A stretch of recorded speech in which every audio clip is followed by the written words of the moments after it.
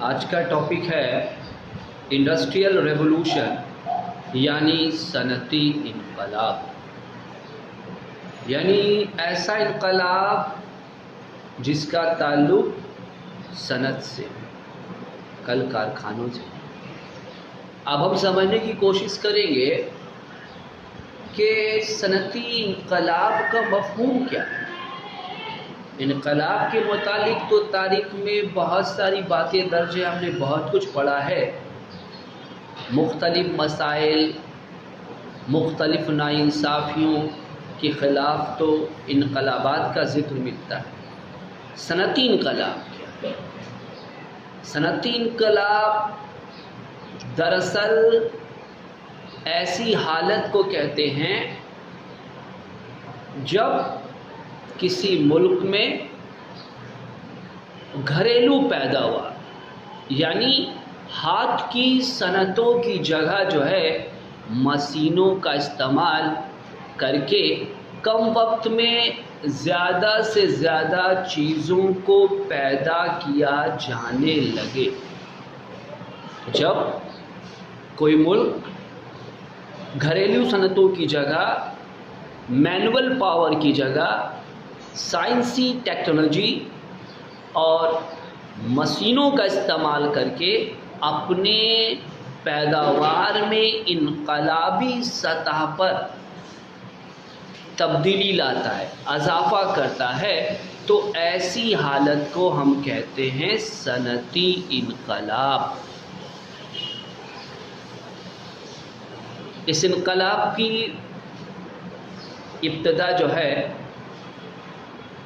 17ویں صدی سے ہوئی، اور خاص کر یورپین ممالک میں اس کی ابتدا ہوئی، جہاں پر گھریلو صنعتوں کی جگہ سائنسی ایجادات اور تکنیکوں کا استعمال کر کے کم وقت میں زیادہ سے زیادہ اور سستی چیزوں کو پیدا کیا جانے لگا۔ سب سے پہلے یہ سمجھنے کی کوشش کرنی ہوگی کہ کسی بھی صنعت کے لیے یا صنعتی انقلاب کے لیے کون سے حالات موزوں ہیں، تو درج شرائط پر غور کرنا ہوگا کہ کسی بھی صنعت کے قیام کے لیے سب سے پہلے کیپٹل یعنی سرمائے کی ضرورت ہوتی ہے، دولت کی ضرورت ہوتی، پیسے کی ضرورت ہوتی ہے۔ بغیر سرمائے کے ہم کوئی بھی کارخانہ، کوئی بھی انڈسٹری نہیں لگا سکتے۔ دوسری یہ کہ جب ہم کو پیداوار کرنا ہے تو ہم کو خام مال، را میٹیریل کی ضرورت ہوگی۔ جب را میٹیریل ہوگا تبھی تو ہم اس کو پیداوار کی صورت دیں گے۔ پھر اس کے بعد آمد و رفت کے ذرائع، یعنی چیزوں کو لانا، خام مال کو کارخانوں تک لانا، اور پھر تیار شدہ مال کو بازاروں تک لے جانے کے لیے ذرائع ہونے چاہیے۔ اس کے ساتھ ہی کارخانوں میں کام کرنے کے لیے مزدور، سائنسی ایجاد یعنی کہ مشینیں، آلات جب تک نہیں ہوں گی تب تک ہم چیزوں کو زیادہ مقدار میں پیدا نہیں کر سکتے۔ اس لیے سائنسی مشینوں اور ٹیکنالوجی کا ہونا بھی بہت ضروری ہے۔ ان تمام مندرجہ بالا شرائط کے علاوہ سیاسی ماحول کا سازگار ہونا بہت ضروری ہے۔ ہم غور کریں گے کہ کسی بھی ملک میں صنعت، تجارت اسی وقت ترقی کرتی ہے جب وہاں کی حکومت جو ہوتی ہے موافق قوانین بناتی ہے، سہولتیں بناتی ہے، راستے بناتی ہے، منصوبے بناتی ہے، تب کوئی ملک جو ہے وہ صنعت و حرفت میں یا معاشی حالت جو ہے اس کی مستحکم ہوتی ہے۔ تو جب یہ تمام شرائط موجود رہیں گے تبھی کسی ملک میں صنعتیں لگیں گی، چیزوں کی پیداوار میں اضافہ ہوگا، اور پھر وہ صنعتی انقلاب کا روپ اختیار کرے گا۔ ہم دیکھتے ہیں کہ یورپ میں اگر غور کریں تو سب سے پہلے صنعتی انقلاب انگلینڈ میں آیا، پھر یکے بعد دیگرے